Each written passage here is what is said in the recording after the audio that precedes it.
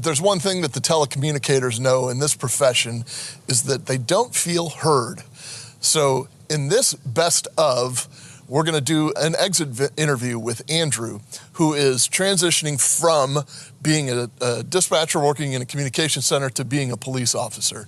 We'll have a little bit of fun with Andrew, but we'll also try to discuss some topics and draw out of him some of the things that are going on in the industry. This isn't just for dispatchers. This is for the general public who doesn't really understand what the dispatchers go through. This is for you dispatchers, so you can provide your input. And if you cops or firefighters out there think, it's just a dispatcher, you've proven my point. They're just not heard. So why don't you take the hour and a half and sit and have a little fun with us and listen to what Andrew has to say. This episode originally aired October 19th, 2023. We on the Comm Center have a special treat for you tonight. We have an exit interview with a real live dispatcher. John is not considered a real live dispatcher at times. We have to hold a mirror under his nose to make sure he's breathing. We're also going to dig very deep into the screeching sound of the 911 call from the F-35 that disappeared. And that's what it was supposed to do because it was a stealth jet. We're also going to discuss the pulse of 911 and kind of the state of the 911 telecommunications industry with two telecommunications professionals. All that, your calls, your voicemails, and what it means for your weekend tonight on the Comm Center. City council members have announced their plan to disband the Minneapolis Police Department. We're calling for defunding the police. Shootings in New York City have more than doubled this year.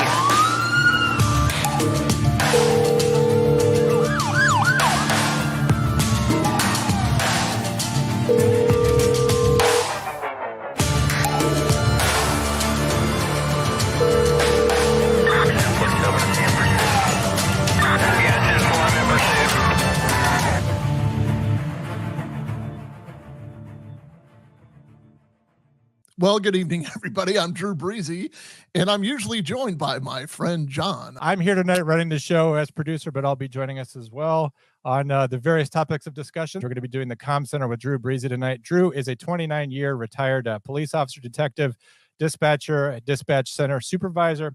I am an active dispatcher. I've got 8 years in the field. I'm going to be taking your calls tonight. You could call us for the show, 848-COMM-911. That's 848-266-6911. You can call us. Nice. You can be part of the show. If you're listening to us later on Spotify, iTunes, leave us a 5-star rating and review. And you can also leave us a voicemail at that same number. Drew, how the heck are you doing? I'm doing a lot better than I was on what I had a man cold this week. I was fighting the flu. First of all, I want to acknowledge right off the bat, Casey Anthony defense team just super chatted $20. It's good to see the hat being passed around again. I love it. It's the most wonderful time of the year. So thank you for doing that. And if you're watching us on Rumble, just say hello in the chats because you can do that now.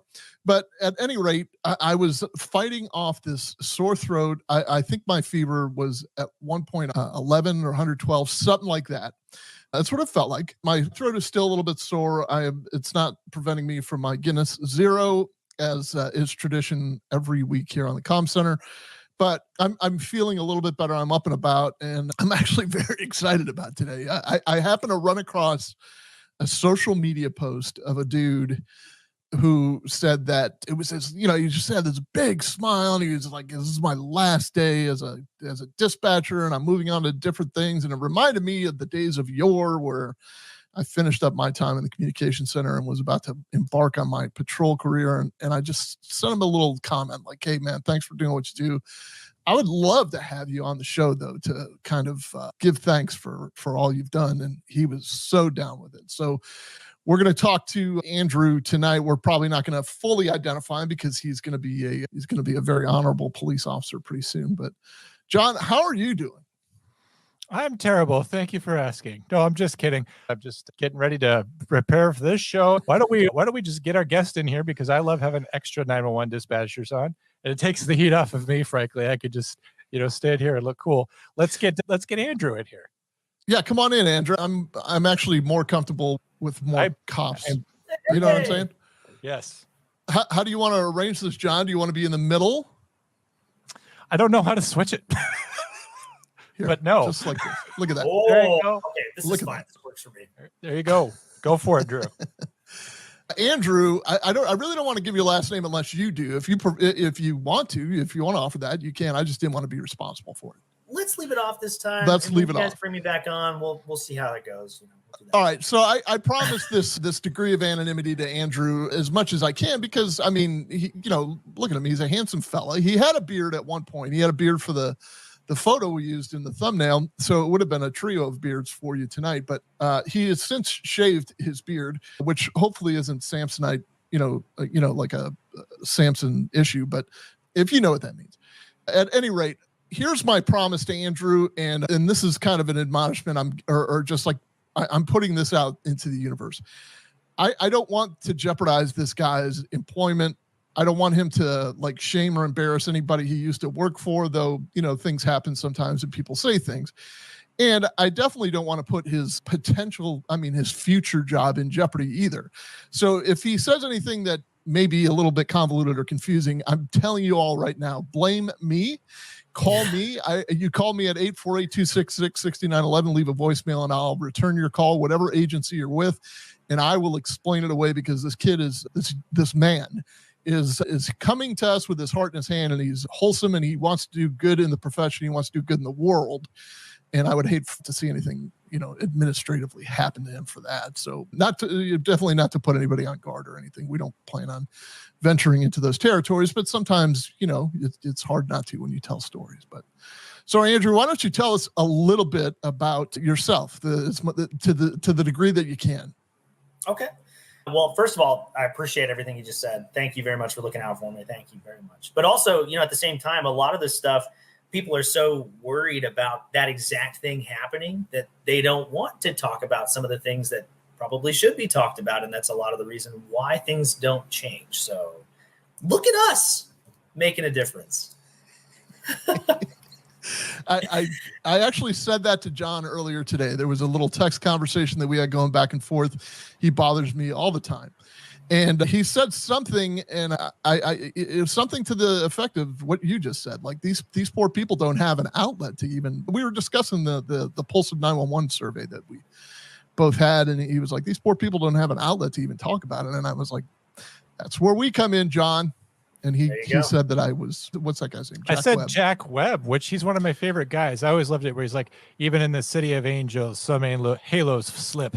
That's where I come in. I carry a badge. So now it's like all across the country, dispatchers hate their jobs and they're so sick of it. That's where I come in. I speak at a microphone. That's true. So carry on, Andrew. We keep stealing the limelight from you. Oh, you're fine. I mean, it is your show, so no harm. Okay, so a little about me. I worked for restaurants for a long time. I decided that wasn't for me, so I started selling roller shades for an RV company, which is very, very niche, very lucrative. I would think lucrative, a lot of money especially selling. especially in the South. Yeah. The restaurant you work for, were they open on Sundays? No, they were not. Okay. Yes, Chick-fil-A. Yes. God, you just doubted him. You doxed him. He may have worked at Chick-fil-A. Now they know who I am. .com/Wolfpack. You know, in certain circles, I am called Spicy Deluxe. Spicy Deluxe. with pepper jack or American? Actually, I ask for no cheese. I'm very lactose intolerant. Frosted lemonade. Who did we have this conversation Drew, with, John, you a can take him couple out at weeks any ago? time. Yeah, really. Continue. Carry on. So 2020 hit. I ended up on unemployment for a while. And during that time, I started looking into, other jobs that were out there, just seeing what else, sounded interesting. And one of the first things I saw was 911 dispatcher. And I was like, my dad, he worked for a fire department for a very long time. And I was like, he's always mentioned that that's kind of a cool gig. I should check that out. One thing led to another. I ended up getting a couple interviews with a couple agencies in the area. And one of them really just kind of resonated with me. And the next thing I knew, I was answering 911 calls and talking to a lot of people. Not just answering 911 calls, but excelling in the profession, because it's my understanding that about 2 years later, you were named the telecommunicator or the communications specialist of the year for your department. Were you not? That is correct. Are there circumstances behind that we can talk about that won't identify you, or is that pretty specific? I mean, we can talk about it. Honestly, I wasn't even aware that it was a thing. With COVID changed everything. So like the awards that they used to have were canceled, and people were wearing masks in the Comm Center. So it was very interesting, very different. When I came on board, people were like, this isn't normally like this. Usually we do this, and like we have cookouts and stuff. None of that's happening anymore. So when they started asking me all these questions, they're like, hey, we want to use your picture for something. I was like, okay. I mean, sure, that's fine. Hey, give us a little information about you. We want to use it in our newsletter. I was like, I have a question. What is all this for? And they told me I won this award. I mean, it honestly blew my mind because, I mean, let's be honest. I've only done this job for a little bit of time. I put in my 3 years doing telecommunications, and boy, I got to tell you, there were a lot of people that were way better at it than I was. I mean, they were still are just sparkling, shining at the gig. And sure. They put me to shame. So I was honestly shocked. But the more I talked to certain people who had more or less put me in for it, I was appreciative. I was honored. It's very humbling to be told that, hey, you're really good at this. And I was like, I mean, thanks. Right. There's something to be said, like, on every hockey team or every baseball team, there's a guy that's kind of on the bubble that could easily not be on the roster because of performance yet. And I'm not saying that's you, but yet he's definitely on the roster because the manager needs him because of the levity, or because the smile that brightens up the room, or the personality that brings everybody together, or the leadership quality, or whatever. I get that from you. 1, 2, I cannot believe how closely our stories parallel. I mean, I got into this profession too because of my dad, essentially because we used to listen to the Scanner on the Porch together, and I wanted to, pay homage to him. I wanted actually to be a cop all along. It just didn't work out that way. So, and then I was promoted very quickly where I worked within 2.5 years. And again, there was a lot of qualified people ahead of me, but I was also kind of driven because I knew what I wanted to do. And I took every night or every shift that I worked as a learning experience. Is that something that you like? Were you building your way towards a career in law enforcement while you were sitting in the chair? Honestly, that's kind of something I've always tried to do, is keep that student mentality. And you're never an expert, right? You're never going to know everything, because the day that you think I know everything there is to know about this, you're going to learn something totally different that you've never thought of. There's always some new way to do something. There's always something refreshing that you have to keep your mind open to. So going into this, I was like, well, I obviously know nothing about law enforcement. One of my first questions to one of my trainers, well into the job, I think I'd done it about a year, one of the officers came over the radio and said, hey, we've got an auto ped at this location. And I turned around and said, what the hell is an auto ped? And I'd been doing the job long enough that I should have, they all looked at me like, are you stupid? Come on. What do you mean what's an auto ped? And I was serious. I was like, I had no idea. And I mean, that's just the example. You have to keep that mentality, because as soon as you think you know everything, you know nothing. John, would you like to ask him questions about NCIC? Yes, but autoped, is that like car versus pedestrian, or what are you saying? You got it. Oh, good for That's me. it. Hey, see, we learned something new together. Nice. Did you want to ask about the F-35, or am I going to give him his entrance exam? Which thing are we doing first? Oh, no, I was just kind of getting to know him a little bit, but I know that you're cold as ice. So let's just do the F-35 thing. Listen, this is the segment. I say it all the time. This is the segment John and I call, well, it has 911 in the title, but this is a pretty significant news item. I mean, look, there was a stealth fighter. We talked about it last week on the Comm Center, that there was a stealth fighter that went down and a guy ejected out of it. The pilot ejected out of it, and they couldn't find it for the longest time, but they found it a couple days later. But the unique thing about this, and Andrew and John will both tell you, you don't know what phone call is going to come into a communication center. You have no clue what that thing is. You have no warning. You have no prior warning. And I saw this call online on a popular police YouTube channel, some cops that do a podcast. And I looked in the comments there, and the first comment that I saw just rubbed me the wrong way. It was like, I hate when people say as a blank, like I hate as a citizen of, as a citizen of Tribeca, as a retired law enforcement officer, I can tell you there are good dispatchers that will do good for you, and there are bad dispatchers. This is an example of a bad dispatcher, and it pissed me off. I got to be honest. I mean, I listened to the 911 call. Yeah, I mean, it's not like I don't know that she could ride a unicycle and juggle chainsaws, but at the same time, like, how many times? Let's just do a quick informal poll. There's 3 of us that have answered 911 calls in our lives. How many times have you answered a 911 call for a plane crash and a pilot ejected? So actually, no.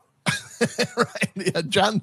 I have John I have 2 plane crashes, but neither one. Never from a military perspective. No. F-35. And never from the pilot himself, right? No. Right. Yeah. So I think the point is, like, how do you know? Like, how do you know what you like? I mean, for all you know, she had just taken a call for a vehicle ped, and next thing you know, the tone goes off in her ear, and it's some dude saying in a thick Spanish accent, "Hey, we got a pilot that ejected, and he's in my living room." So let's listen to the call. And by the way, the most endearing part of this whole thing, thankfully nobody was killed. I don't think anybody was hurt in the wreckage part. The pilot made it out just fine. The people in that house made it out just fine. The most endearing part of this was this gentleman's description that I'll play right at the top of it. So here we go. We're going to react. It's all between a screech and a whistle. What in the world is this? So this is a comm center, original 911. The address of the emergency. It's 69 Comm Drive. Okay, tell me exactly what happened. It's that. Yeah. You just want me to tell him you got ejected? I will get my back for a little bit, but I guess we got a pilot at our house, and he says he got ejected. Well, he ejected from the plane, so we just see if we could get some ambulance, please. I'm sorry, what happened? We got a pilot in the house, and I guess he landed in my backyard, and we're trying to see if we could get a ambulance to the house, please. And the address is Comm Drive. we know my face. Okay. Okay, So like, okay. What's that? What is the phone number that you're calling from? can we pause? Are we able to pause this? we're I got to gonna jump in here. Yes, please. All right. So here's me in the comm center. Okay. All right. Yes. It's 7:30 in the morning. Of course, mornings are for coffee and contemplation.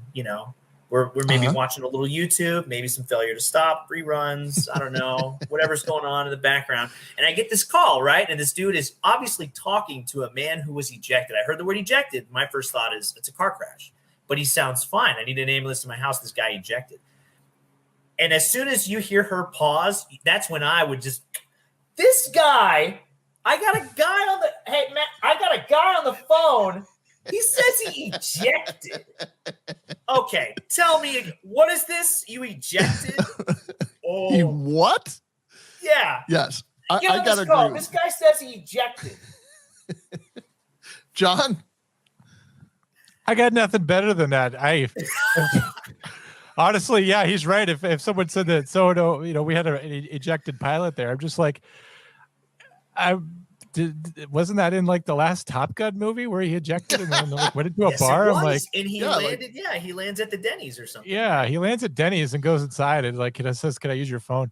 The funny thing about this is before this came out, there were memes. Like I'm pretty sure Babylon Bee said when this plane got lost that the pilot, the first thing he did was walk over to a barbecue and he called his CO.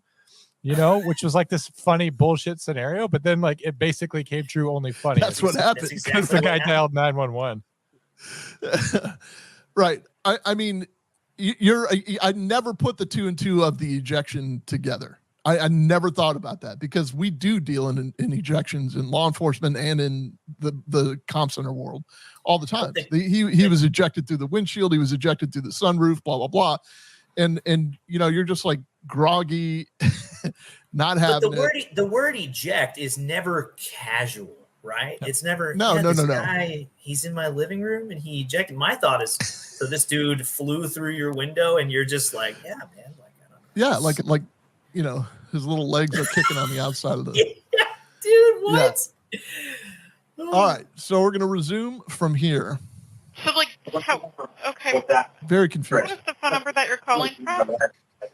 Okay, we're getting off on the way. Give me just a moment. Yeah, no problem. Okay, I'm in a house.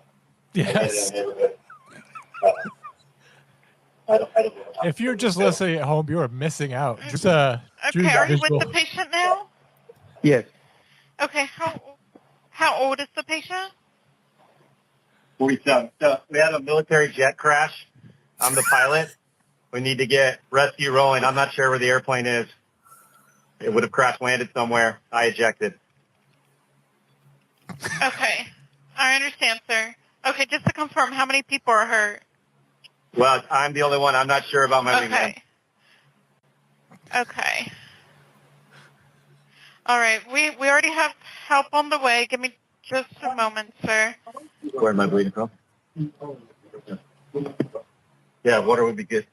All right. Okay, how far did he fall? I was at 2,000 feet. Okay. I'm fine You mean though. it's not out of the bed? All right, yeah, this causes quite a bit of confusion, and this makes people mad because what people don't realize, and I'm telling you, this pilot is getting very frustrated for like. Well, I mean, listen, so does every caller, right? They're like, "Why are you asking me questions? Get that." I said ambulance and eject. What more do you need? Right, and he just wrecked $100 million aircraft or whatever it is.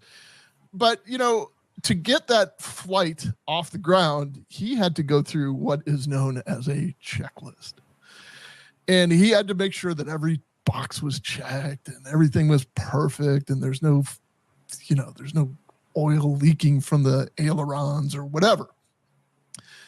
She's going through a stupid checklist. I mean, and it's frustrating. It's probably frustrating for her, but it's frustrating for everybody. And she's like, do I consider this a fall? Like, I don't see stealth fighter crash anymore. Yeah, I don't see in my protocols. I don't see the plane, and to each comm center their own. Like we had an airport in our jurisdiction, so we did have plans for that. But I mean, I still remember the day that we had a relatively new dispatcher. The radio tower came over and said, "Hey, it's happening right now." And she turned around and said, "I don't know what to do." But hopefully, that's the appropriate response, by the way. Oh yeah, for sure.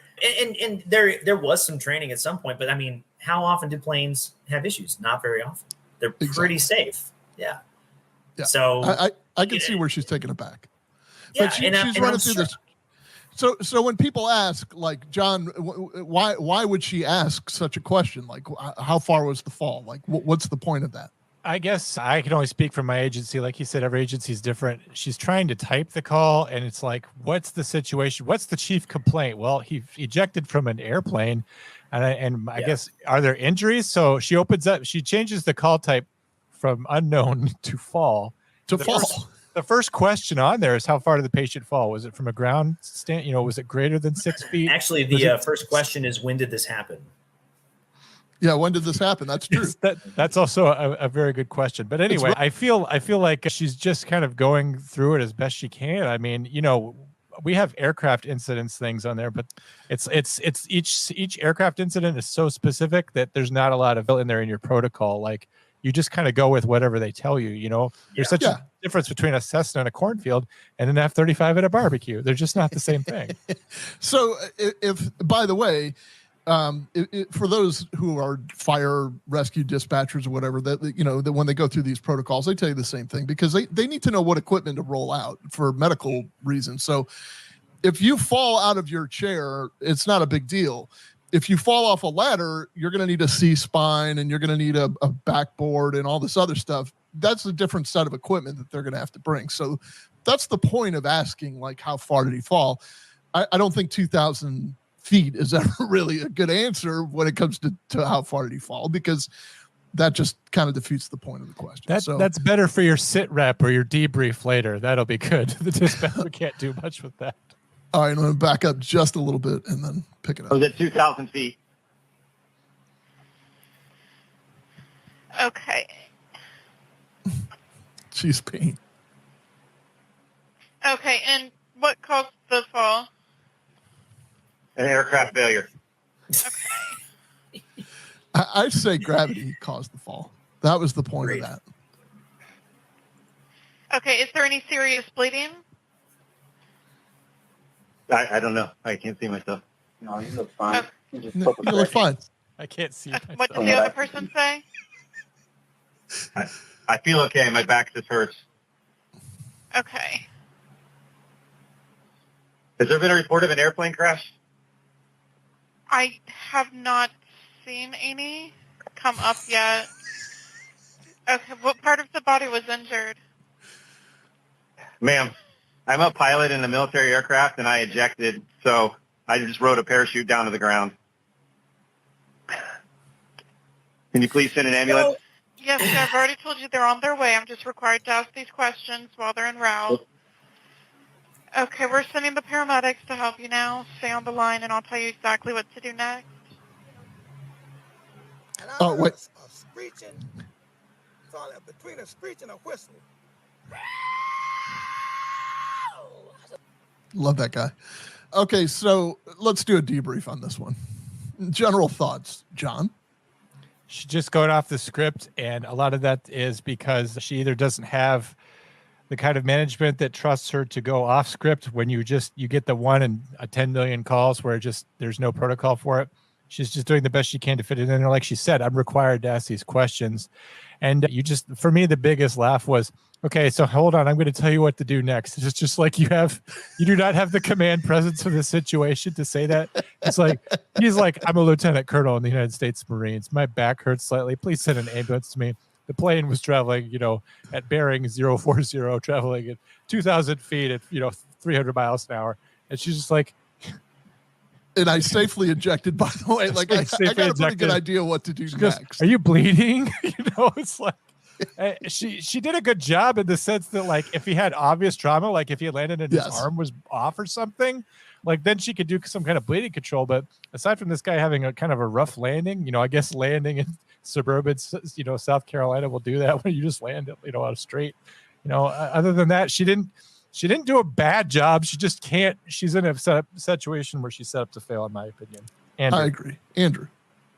Okay. So for starters, I think there's feedback for both of them.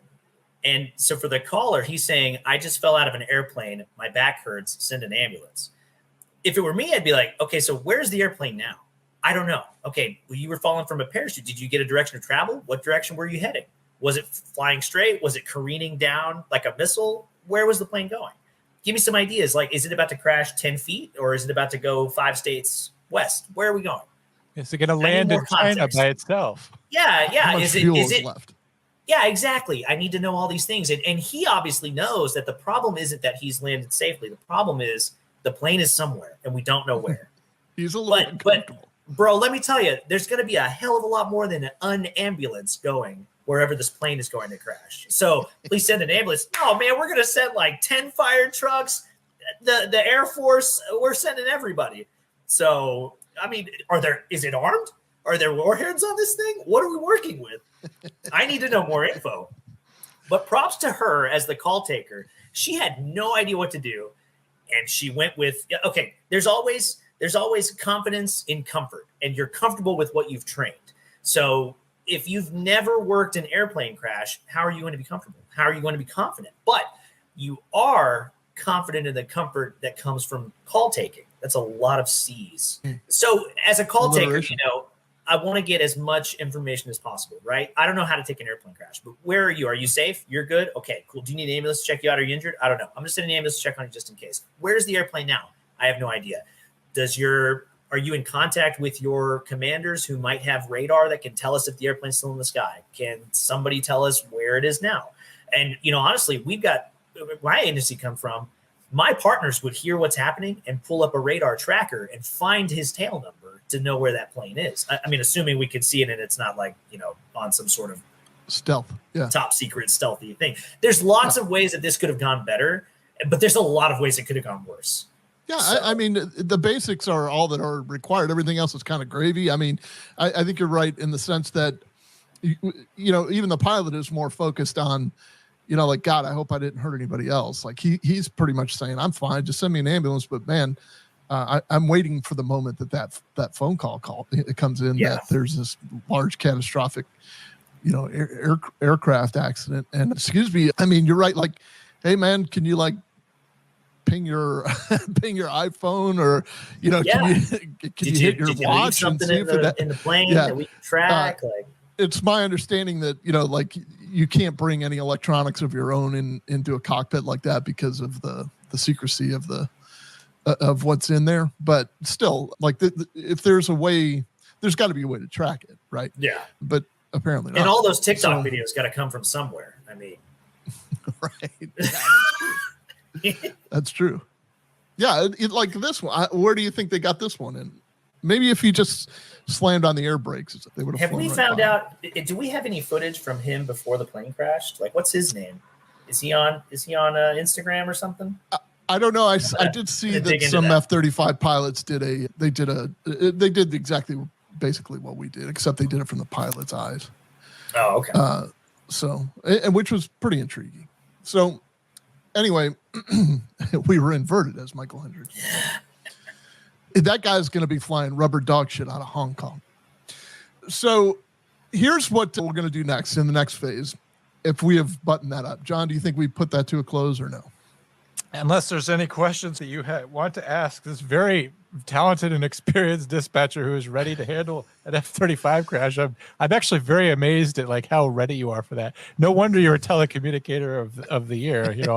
I'm not doing nearly so well. I was telling Abby in the chats. She asked, well, what a dispatcher know to sail that? I'm like, Andrew is a dispatcher, so yes, like the elite among us will know that. But this call taker, maybe not so much, and maybe me not so much. The other thing is too, is that we are quarterbacking her a little bit Monday morning. Like you get the call that she can't even understand it. And we know what happened in retrospect. Yeah, hindsight's 20. So in a sense, but when you take a call like this and you don't, like he said, you have comfort in what you're familiar with. And that's why she's relying on so much on the tools that she has at her disposal rather than kind of going off script. You get a deer in the headlights thing sometimes where you're just like, holy shit. And you just have no idea. But his questions were all very good. A quick story. One of my first times I realized that was the secret to this job. Somebody called in a panic about something happening at the quick shop. And I'm new. I don't know what the quick shop is. I'm using the tools I was taught to find the quick shop. Well, I put the call in at the quick stop, which is not the same. Ooh. And let me just tell you, when officers are yelling at you about which one is it, and your trainer's like, what are you doing? And the supervisor's like, you need to stop asking those questions. It's very easy for you to go, I have no idea what I'm doing. I shouldn't be doing this. I'm out. I'm done. I'm not going to do this anymore. But that's the moment where you're like, okay, this is never going to happen to me again. Now I know where the quick stop is, where the quick shop is, and I know how to find them for future. Like not only those shops, but now I know how to find any business. Because if you can't find it in your CAD system, is it in Google? If it's not in Google, is it in a community bulletin that came out when it opened? Like, you got to go. We had a pretty bad area of town that had two competing convenience stores that were catty corner from one another, and one was called Snacks, SNAX, and the other was called Snack Attack. So it mattered putting the right place in because there were more shootings at Snack Attack than there were at Snacks, and it's seconds. Like seconds matter. We have Will Cray on the. What happened to Will Cray? I'm going to bring him on. Sorry, I didn't realize. I've got it. I'm handling that. We have Will Cray on the line who has a question for us. How are you? Yeah, I'm doing pretty dang great. How are you guys doing? Couldn't be better, my friend. You have a question for us, for Andrew, or for the collective? I have a question for Andrew. Yes. What is the dumbest call that you had that you can remember or are able to tell? So I actually have one favorite call that really sums up the most stressful, the craziest, the most wildest. This guy called.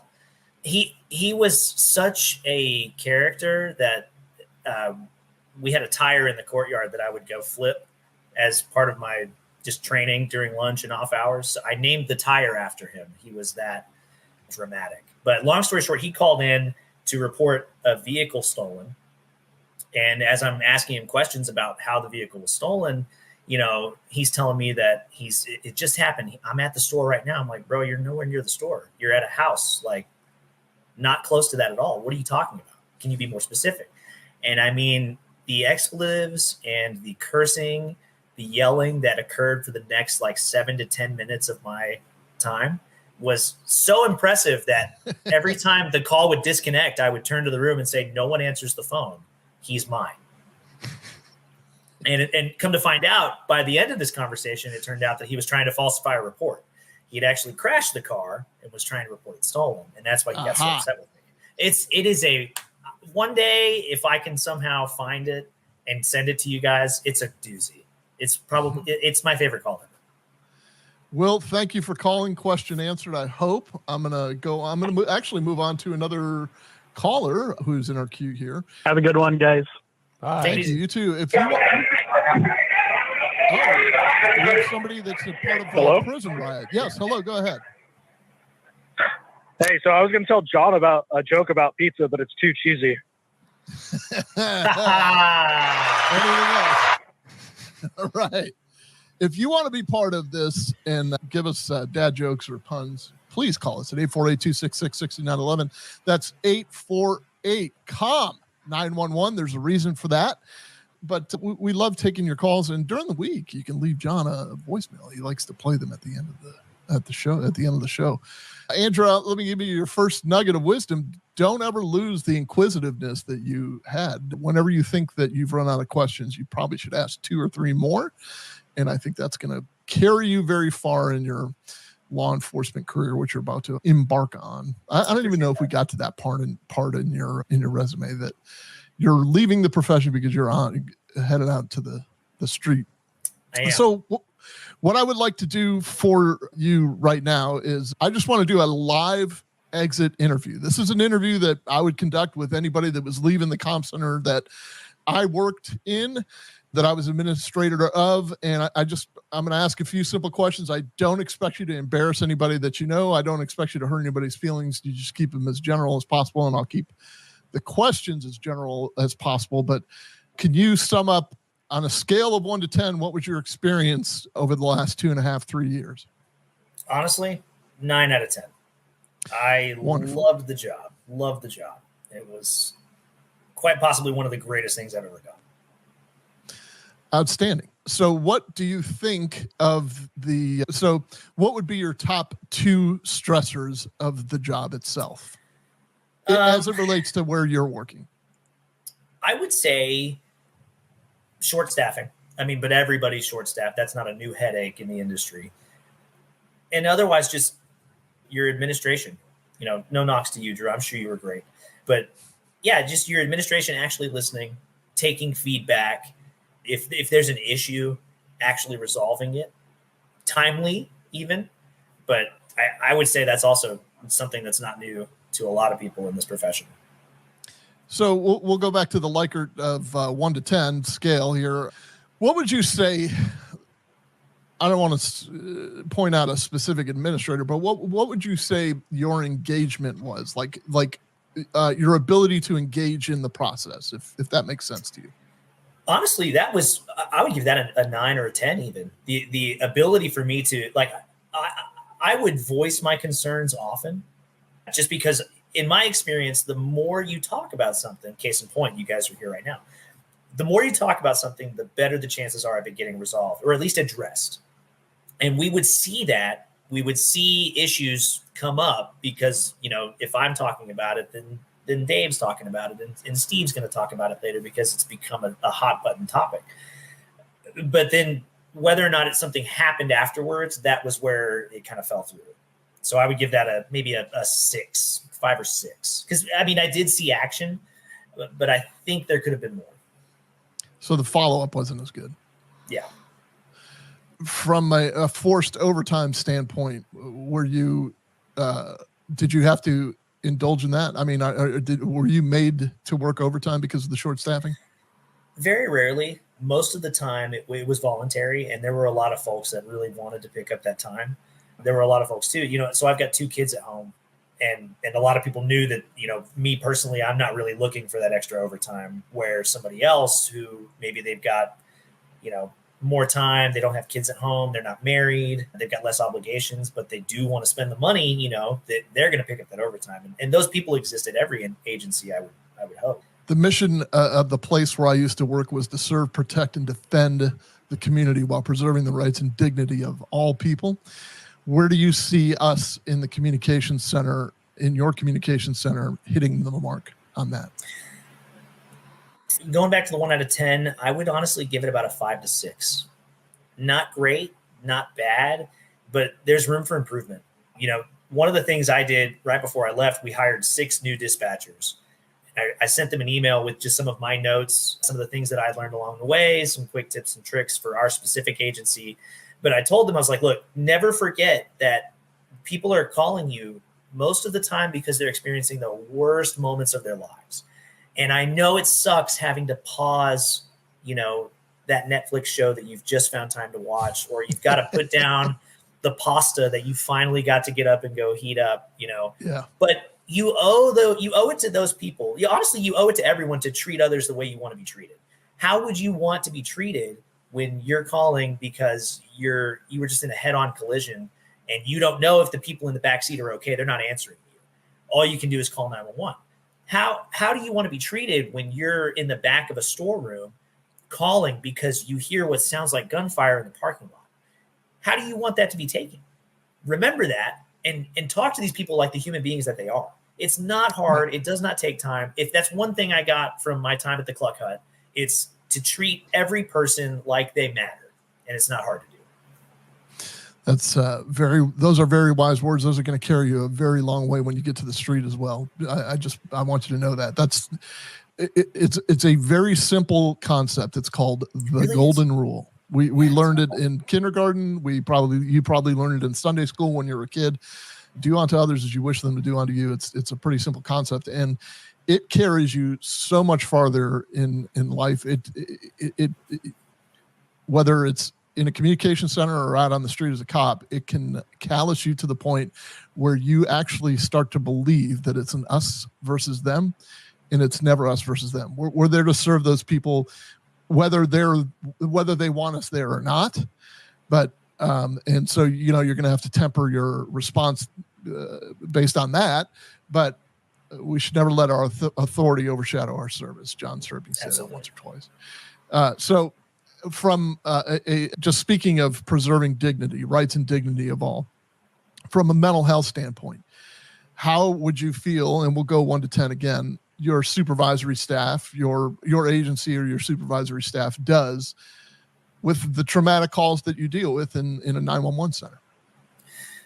So supervisory, I think it's there. The tools have been put in place. We had a peer support group through the entire police department that did include dispatch. Anybody that worked for the PD had access to those tools. So it is there, but really, I would say I got more out of the people in the room with me, or those people that I developed relationships with, at the console next to me or in the patrol cars on the street. Those were the people that I turned to when I was feeling something. And we took, I only worked there for 3 years, which is a very, very small time span considering some of the 20 plus years that people have put in for other agencies. So when you find that supportive clique, those people that have your back, and you find the ability to lean on them in your most trying times, that's something that no administration is ever going to compare to. So giving not only the people the tools to succeed that way, but also allowing them the freedom to be able to do that with each other is crucial. Outstanding. We're going to cover some of this in the Pulse of 911. So let me just wrap it up this way, because we're going to go over Pulse of 911, and John has much, much better questions than I do. I'm going to give you the keys. I'm going to give you 4 passes. Here they are. Here's 4 passes. You can either promote 4 people, fire 4 people, promote 3 people, and fire 1. Without giving names, off the top of your head, what do you think you're going to do with these 4 passes? I would definitely promote 2. Okay. It's easy right off the bat. Like, yeah, they might as well be promoted anyways. And maybe not fire per se. I think some of the people are really good at certain aspects of the job and not so good at others. And I think there is a way to find success for those people where they're not hurting the one area that they could experience a lot of improvement in, and give them the opportunity to do what they're really good at.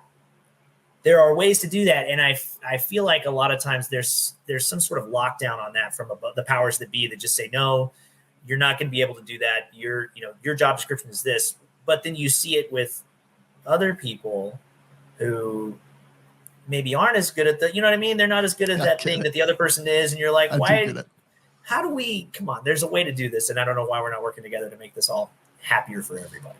Sure. So along those lines, I'm going to keep the other 2 passes and throw them back and be like, how do I make this work? Because right now it's tied to the knot.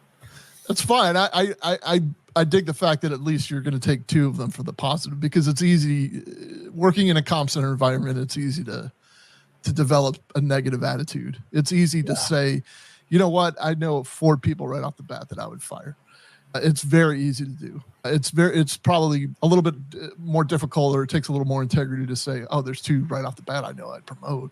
My gut instinct was definitely to fire 2, but then I thought it because they can be rehabilitated, and that's another leadership quality too, because just like you say, there are people that maybe they rub you the wrong way, but they have strengths, and you got to see the strengths in everybody, especially in a critically staffed field. So just to wrap it up again, because I said I was going to wrap it up, but I'll ask one more question. And so when it comes to training, either job specific or leadership development, how are we hitting the mark?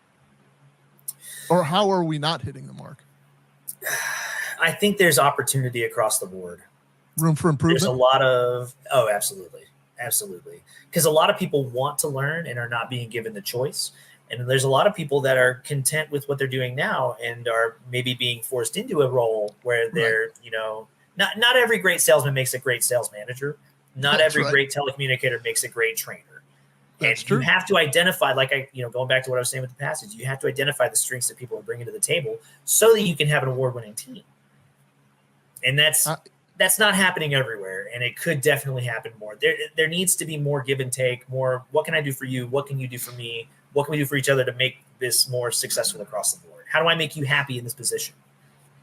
Look, give it up for Andrew, everybody. He did a fantastic job. I see why he is going to be where he's going to be, and he's going to be a phenomenal police officer. There's no doubt in my mind. I mean, listen, just so you'll understand, communication is about 80% of the game, and you started in a place called communications. It's a gift that was given to you. So use that every day, my friend, and ask 2 or 3 more questions. I'll tell you from a street shift commander's perspective, your generation, and I'm not looking down on you, point my finger, your generation is used to texting or emailing or being non-confrontational, and sometimes gets a little antsy when they have to get confrontational or speak to people.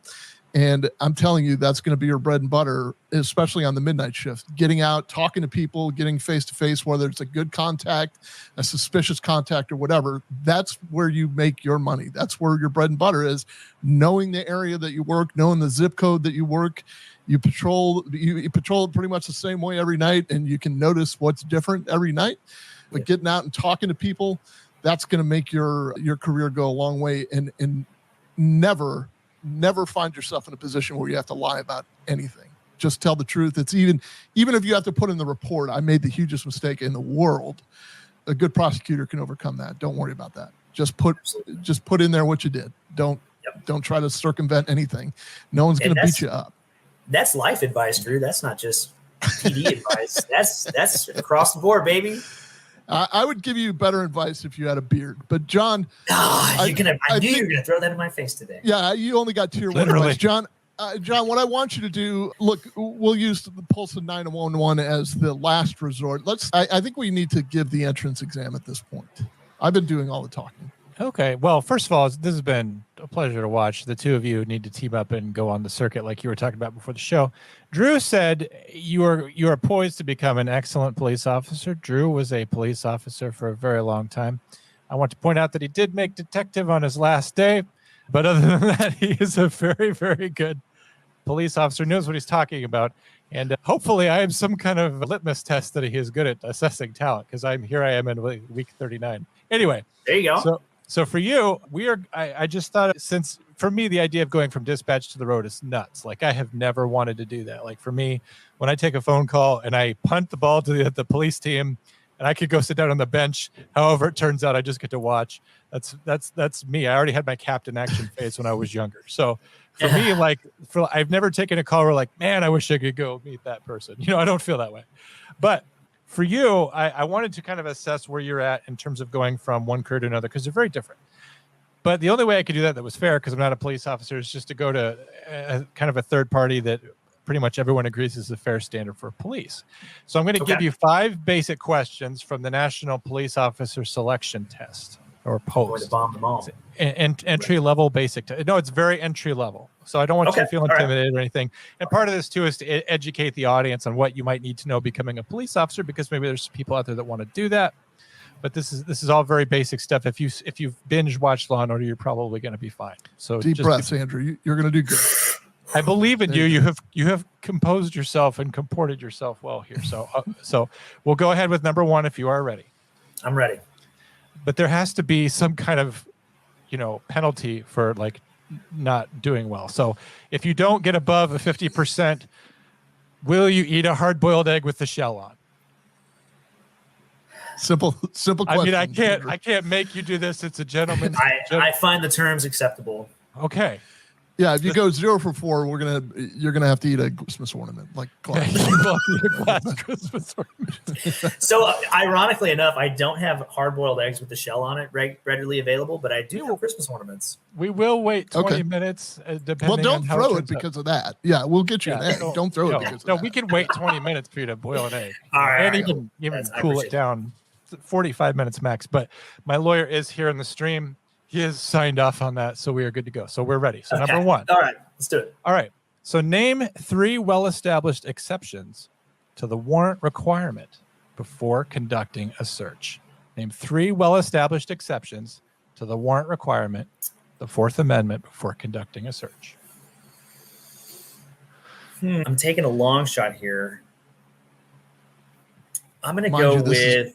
This is pre-academy, mind you. But yeah. 3 reasonable exceptions to, what was it, the last part? The 3 reasonable exceptions to well-established exceptions to the warrant requirement. So if you wanted to check out the back of somebody's truck, if you wanted to go inside their house to see if you could find something, anywhere where someone has an expectation of privacy, how could you as a police officer go and look for that without getting a warrant from a judge? Go ahead. Mere suspicion, reasonable suspicion, and probable cause. I say 2 out of 3. Damn it. Drew, go ahead. Go ahead. No. You tell me. Well, I want to know if he passes the question for even getting one right when he's pre-academy. Are we going to give it to him? I don't know. This is a very hard. He may have to eat a Christmas ornament based on your decision. So. Just a small one. Like I think what we'll do is we'll see how he answers the next question to see if he gets credit for this question, which is it's completely unfair, but so is law enforcement. So I mean, because you'll be called to do things, and you won't. You can't phone a friend. You can't call your zone partner. You can't call your police academy professor. You're going to have to. Yeah, you're on your own right now, but let me tell you, you're killing it. Like I'm in your corner. Like I'm your corner man. Like you got stick and move.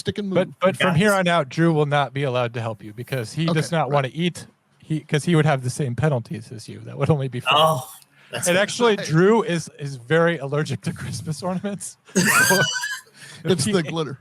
If he ate one, it would probably be deadly for him. See, for me, it's the glass, but I'm willing to do it for you guys. Okay. Yeah, it's the glitter for me.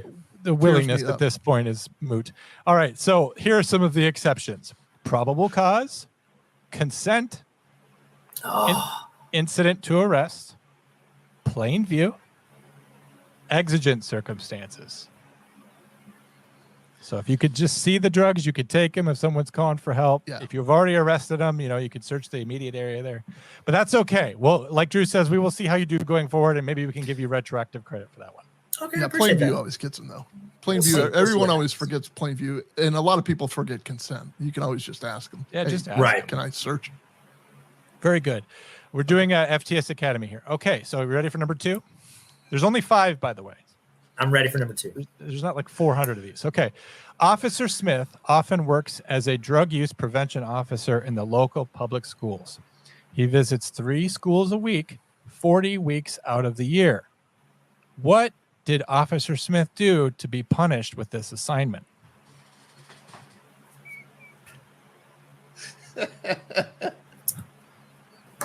What did Officer Smith do to be punished with this assignment? Possibilities are endless. I'm going to say wreck the new patrol car. Drew? Yes, he wrecked the new patrol car is acceptable because they want to keep him on solid ground. I'm going to give a yes on that one. They want to keep him in a sheltered area. All right, so 1 point. They can drop him off at the schools. Yeah. Yes. All right, are you ready? You ready for number 3? Let's do number 3. Let's do it. Okay. A robbery suspect has been arrested. The judge in the case has set bail at $1 million. The bail bondsman requires a 10% deposit to issue a bail bond.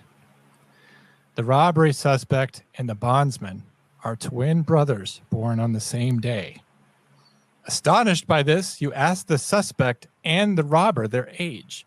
The bondsman says that he is 20, and the robber says that he is 22. How possible? TOO. That is correct. it's yeah, baby. It's grammar. You know how to write a report already. That's fantastic. Let's do this. Come on. Hit me. Number 4. Make it difficult. You're almost at the point where you don't have to eat a Christmas ornament anymore. All right. Here's number 4. Okay. You and your partner are investigating international drug trafficking, but you uncover a scheme with illegal shipments of gold cougar ants sent from the Afrikaner apartheid government in South Africa. Because you are getting too close to the case, the Consulate General of South Africa sends you a message by having an assassin break into your house. You survived the attempt, but the Consulate General claims diplomatic immunity from prosecution. What do you do?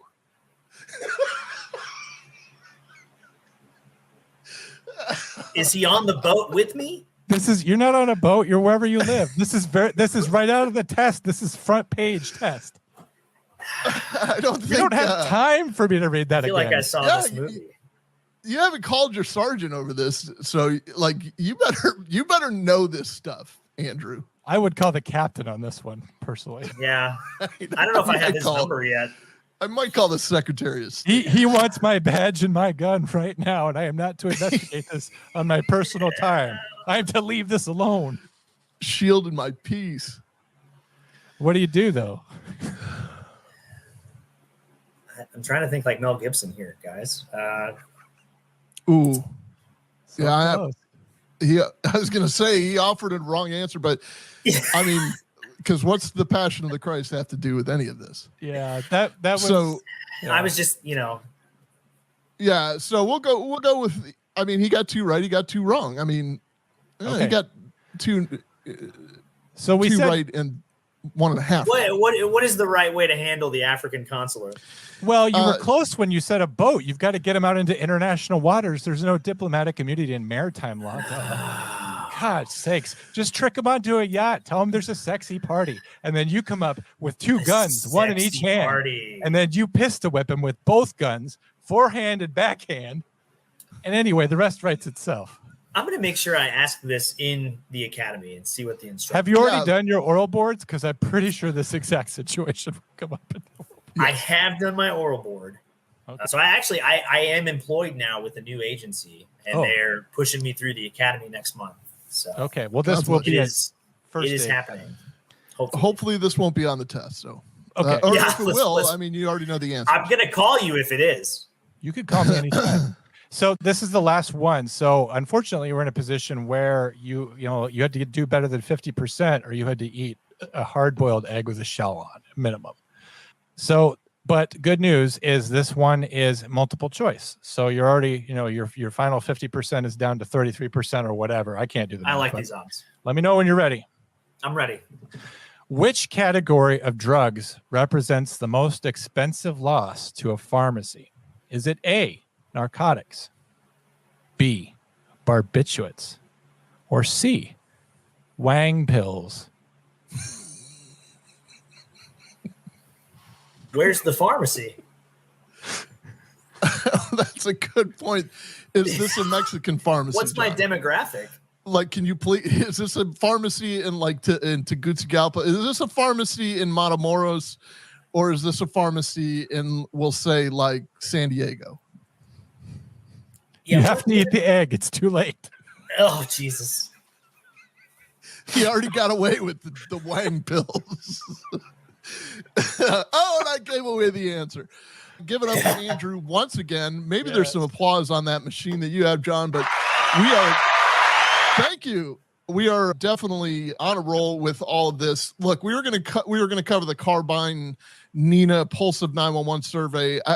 It's too maddening and too sad, to be honest. I can tell you that we covered most of it in the exit interview, but you'd be shocked. Like, I would love if you work in the field that you just go anywhere online and look at this thing, because it's a complete eye opener. You're all in the same boat. This is my point. You're definitely all in the same boat. It's like high percentages of all of the same things. It's all high percentages of we're understaffed, that we're churning out employees, that we can't recruit and retain, that we don't have the ear of the administration, that we're not engaged in the process and they expect too much. You're all in the same boat. So if you're going to change it, you got to get involved, and they have to let you get involved. Sometimes it takes forcing your way in. So how about this, John? I think we should probably just go to voicemails and then we'll figure out what we're going to do from there. Sure. It'll just give you a minute to toggle over there. I didn't know that we were doing that immediately. Oh, I'm so sorry. Oh, it's okay. You put me on the spot, and I'm not able to multitask or do more than one thing at a time or handle technology. Right. So there's no reason why anyone would expect that I would succeed in this situation. Just so you'll know, from that same survey, around 38% felt ill-prepared to deal with an active shooter situation. That's a lot. 38% of the dispatchers across the nation. I mean, there were a lot of dispatchers that they queried in this thing. 38%. So that's just under half, basically. I mean, I know how math works. 50% is half, but 38%. So they feel it. So it could go very sour very quickly anywhere you are, and boom, 38% of the yeah. Go for it. What were you going to say? So going about the active attack, it's terrifying. I mean, you've never seen so many 911 calls at the same time. Yeah. Were you working during one, or? Yeah. I was trying to remember what McKinney, Texas. Oh my God. I was trying to remember what. Damn it. We will definitely edit that out. Everyone ignore that. Everyone log off. I was trying to remember what you tansied him. Mineola, Minnesota was. Minneapolis, Minnesota. Yeah. Okay. Yeah. That's voicemails. All right. Quick voicemails. Everyone's all like, John's the only one who fucks up around. I can edit that out. It will be. It went out live, but I mean, I don't worry about it. We will edit out live too. We will fix this. Okay. We will turn back time. We'll lobotomize some people and. All right. Here we go. Here's some voicemails. We have 4 tonight. Gents and ladies, that's a special shout out to K-Drama Slumber Chef here. Just finished last Thursday's show. Not only is that woman and her psychotherapist appalling, Makes me want to go vigilante because the fact that that's still happening in today's day and age is disgusting. Just a little life tip here, because I do fall subject to my own stupidity more often than I'd like to admit. But when it comes to research, either if it's wanting to know why the leaves change color during different seasons, or whether I'm a newborn parent and I have a 2-year-old who's just uncontrollable in my perception, you need to vet your research. You need to vet everything you do.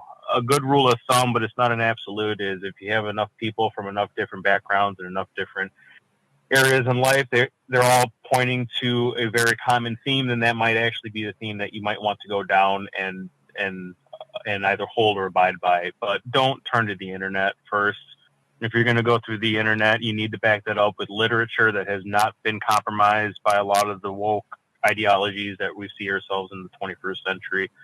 So just like I said, a little life tip when it comes to just researching or just trying to get things, especially with this parent situation, like if you feel like your kid is out of control or you're just having a hard time dealing as a parent, you just need to talk to different people. You need to hear different backgrounds, different stories, and you only learn by experience and you learn by failure.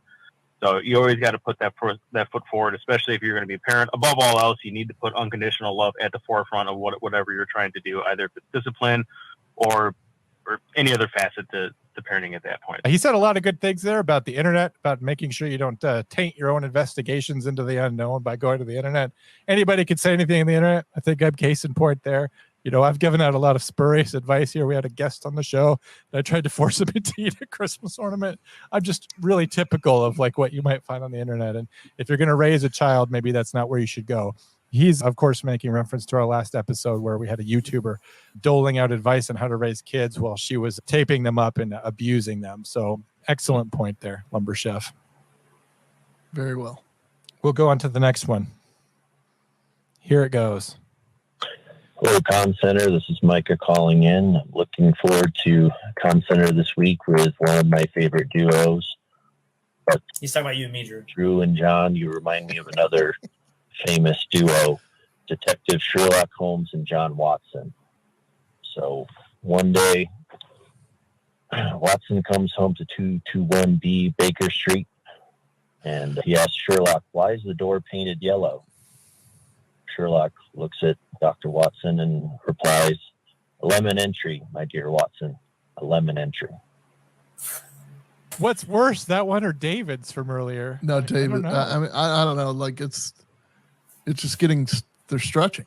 You know what guys, I mean? In the chats, go ahead and put a 1 if you want Micah's voicemails to be permanently banned for all time, and put a number 2 if you just want them to be down to like once per year. Because like, holy moly. I'm considering putting Mike on. He's a captain in our communication center, Andrew, so you'll know. And I'm thinking about putting him on probation for that. Yeah, that was. I'm not angry. I just think he needs to have to do what you have to do. Yeah, just like an improvement. That his strengths obviously are dad jokes, so you can find. I'll use one of your passes to keep him around, but we're gonna have to develop him. I'm literally angry with rage, and he will be eating a Christmas ornament if I have anything to do. All right, here's number 3. Any old time. Go ahead, Jim. Hello, John and Drew. This is Jim from Florida, calling in with a comment on the Judy Hildebrand issue. You all went back and forth talking about whether or not she's mentally ill, has to be mentally ill. Did you ever consider that maybe she's just pure evil? I think she's just evil, period. I don't think there's any mental illness. She's just evil. So anyway, love the show. Keep up the good work. Bye. Thank you, Jim from Florida. Once again, you have taken my side over Drew's. I have to say this is especially gratifying given that you are something of a friend and a mentor to Drew.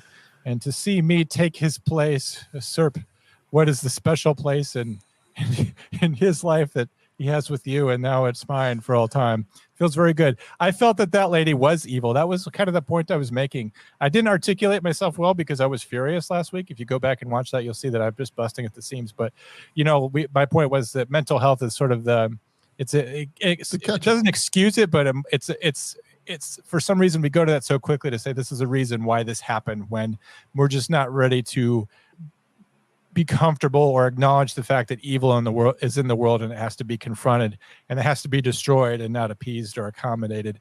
And when you have a woman who will take kids into her basement and tape them up and abuse them like that, then it's just pure evil, and anything else is just an excuse. Drew, I'm with you. Okay, last one. I can't go against the Jedi Master. Yes. All right, here we go. Last one. Not Taco John's, and when you order, they tell you your total, and they say, would you like to round up to help cure kids' cancer? It's like, how can you say no to that? And I guess the answer is I just say, no, fuck those kids. Well, that is a bizarre quandary. I don't appreciate you calling in. That's a lonely... What a lonely, pathetic son of a bitch that would call in and say that on this show. Sir, you need to go get a life. When you are having those terrible moments, do not think of Comm Center. Move on. Go get an adjustment. That's it for voicemails, Drew. We know all about that. Thursday night is this show that John and I host, and God forbid, Andrew's taking a run at John's job, if not mine. But this is called the Comm Center, and it's on Thursday nights at 8 p.m. And we give voice to the dispatcher, because for all these years the dispatcher has been voiceless, in my opinion, and I can do whatever I want. Tell a friend. I love just getting that life-changing money that comes in. We love having the open forum where we could tell stories and do whatever we want on there. It's just a little bit. Drew, I did have one last thing that I'm getting very subtle reminders on. So here on Failure to Stop, this is a new policy that I have only just found out about recently. We do shout-outs now at the end of the show. So I got a request for a shout-out. So Drew, with your blessing, and Andrew, of course, yours as well, I will go ahead and do the shout-out. Andrew, thank you for that assent. If you had said no, I would not have done it. I would just be removed. Yes. No, we would not do that. I will. He is kicking me out right now. Minimize John. #. All right. So I wanted to give a shout out to, and please, I'm not trying to butcher your name. I want to do it right, but I believe it's Corin. She works out in the Bay Area of San Francisco. She is a literal bestie to one of our members. And right now she is getting her ass consistently kicked on the radio, and she needs some happiness. I know that they're probably very understaffed out there in California. I know that you're having to run more than one channel at a time. You've got a lot of radio traffic on there. You got a lot of friggin' police officers who are asking you for things that they could do in their car, but they don't feel like it, so they're just going to go ahead and ask you. I know that you got lots of people talking to you all at once. I know you got some people who are blurting some shit out instead of waiting to be acknowledged first. I know you got lots of channels going on all the time, and I know you don't even get a break. It never stops. You never get to milk a call like a police officer. So Corin, we are thinking about you. Keep going. You are thin gold line. Keep going. We are proud of you. Find a way to deal with the stress. Come on the show sometime. Talk to us about it. For me, that's the only reason I'm even able to hang in there. I would have given up a long time ago if I wasn't able to come on here and vent about being an 911 dispatcher. For that, I owe my thanks to Drew and probably Andrew soon. So, Corin, keep it together. Proud of you. I was asked to give this shout out to Alana Rose's Boutique, Bowtique. It's a nice little shop that's probably done out of a very cozy family room somewhere in the southeastern United States, but it's a sweet little website. If you go to Alana Rose Boutique, Bowtique, you'll see a lot of 911 collection stuff. Nice. I think that a lot of people would get enjoyment out of some of that. Reach out to me. Let's put my drawing of Beignet, the official mascot of Comm Center, on there. We will. You know who Beignet is if you've seen the show before. Sure. He's a wonderful corgi, a mascot of the show. I did a commission picture of Beignet. Belongs on a shirt.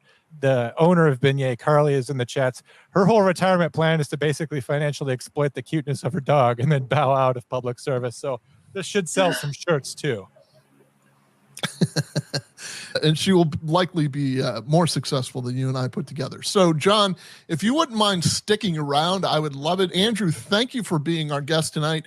We would love to have you back, especially when you become a freshly commissioned law enforcement officer. Be very careful in your travels. The best of luck to you. May God bless you. Look, everybody, we're all one team, and that's all I got to say about that.